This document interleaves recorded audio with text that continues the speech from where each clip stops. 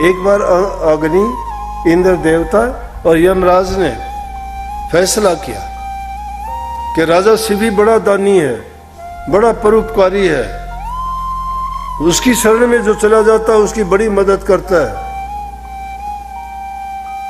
हमारा इतिहास ऐसी बातों से बहुत भरा हुआ है। वो ऐसे विचारों को शक्ति ताकत देता है। और उन्होंने क्या रचना रची कि कबूतर भागता हुआ आया और आके राजा शिवी बैठा हुआ था दरबार में, उसकी गोद में आके बैठ गया। सांस उसका कलेजा ये कर रहा, उसका दम नहीं जुड़ रहा था, बहुत पीड़ा में लगा उसको।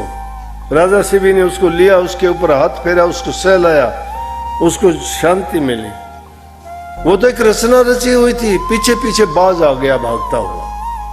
बाज बैठ के राजा से कहने लगा, राजा शिवी ये मेरा शिकार है, मैं बहुत दिन से भूखा हूं, बहुत दूर से इसके पीछे से मैं भागता हुआ आया हूं और ये भागता भागता आपके पास आ गया। आप ये मेरा शिकार मुझे दे दीजिए ताकि मैं खा के अपनी भूख को मिटा सकूं।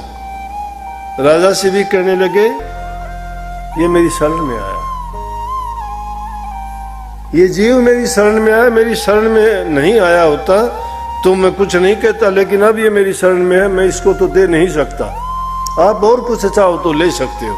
बोले और मुझे क्या करना, मुझे तो सिर्फ भूख है और मुझे तो इससे ही मेरा पेट भरता, इससे मेरी भूख मिटती, वो आपने रख लिया। राजा से भी कहने लगा, ये तो आपको नहीं मिलेगा, और कुछ चाहिए तो बोलो। बोला मुझे मेरा पेट भरने के लिए मांस चाहिए। बोले तो चलो मैं मांस मंगवा देता हूँ। किस चीज का मांस मंगवाओगे आप? आखिर कोई ना कोई जीव की हत्या तो करोगे, आपको वो अधिकार नहीं है जीव हत्या करने का। वो जीव हत्या करोगे उसका पाप आपको भी लगेगा, तो फिर इससे अच्छा यही मुझे दे दो आपको, आप इसकी हत्या तो नहीं कर रहे ना। बोला कि ये तो मैं नहीं दूंगा, मैं किसी दूसरे का मांस नहीं, मैं मेरा अपना मांस दे दूंगा इसके बदले में। राजा शिवी ने सोचा कबूतर है, इसका कितना मांस होगा, पाव भर हो जाएगा, आधा किलो हो जाएगा, इससे ज्यादा है नहीं। एक पांव का मांस काट के दे दिया, तराजू में रखा, उसके बराबर नहीं हुआ। दूसरे पैर का भी काट के रख दिया मांस, तो भी वो पूरा नहीं हुआ, परड़ा वहीं का वहीं खड़ा रहा, झुका नहीं। बराबर कहां से होना था? वो तो परीक्षा ली जा रही थी उसकी। फिर कोशिश की, अपने हाथ का मांस जब काटने लगा, इंद्रदेव प्रकट हो गए और कहने लगे बस और नहीं। बोला कि सिर्फ आपकी ये परीक्षा करनी थी कि आपके बारे में ये सुना था कि आप बड़े दयालु हैं, बड़े प्रजा के पालक हैं, बड़े ही आप परहितकारी हैं, परोपकारी हैं, शरण में आए हुए कि आप रक्षा करते हैं।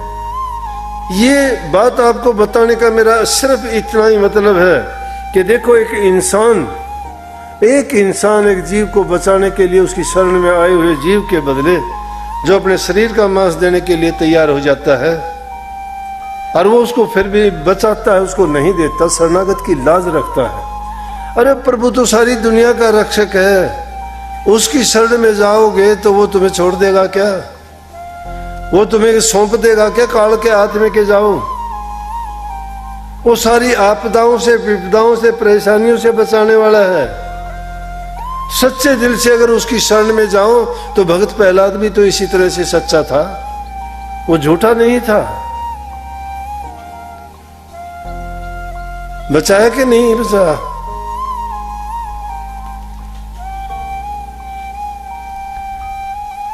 इसलिए सच्चे दिल से प्रभु की शरण लो।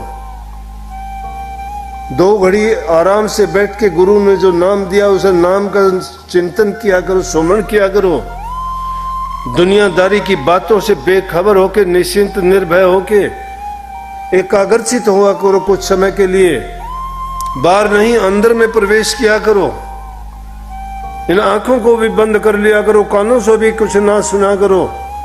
और अंदर में जब ये साधना करोगे तुम्हारी सांसों की गति बहुत धीमी हो जाएगी, और वो इतनी महीन और इतनी धीमी हो जाएगी कि जब अंदर में टिकाव होगा तुम्हें वो शांति मिलेगी, तुम्हें खुद इस बात का अंदाजा हो जाएगा कि तुमने कुछ प्राप्त कर लिया है, तुम्हारा शरीर हल्का हो जाएगा, तुम्हारे मन में किसी प्रकार के विचार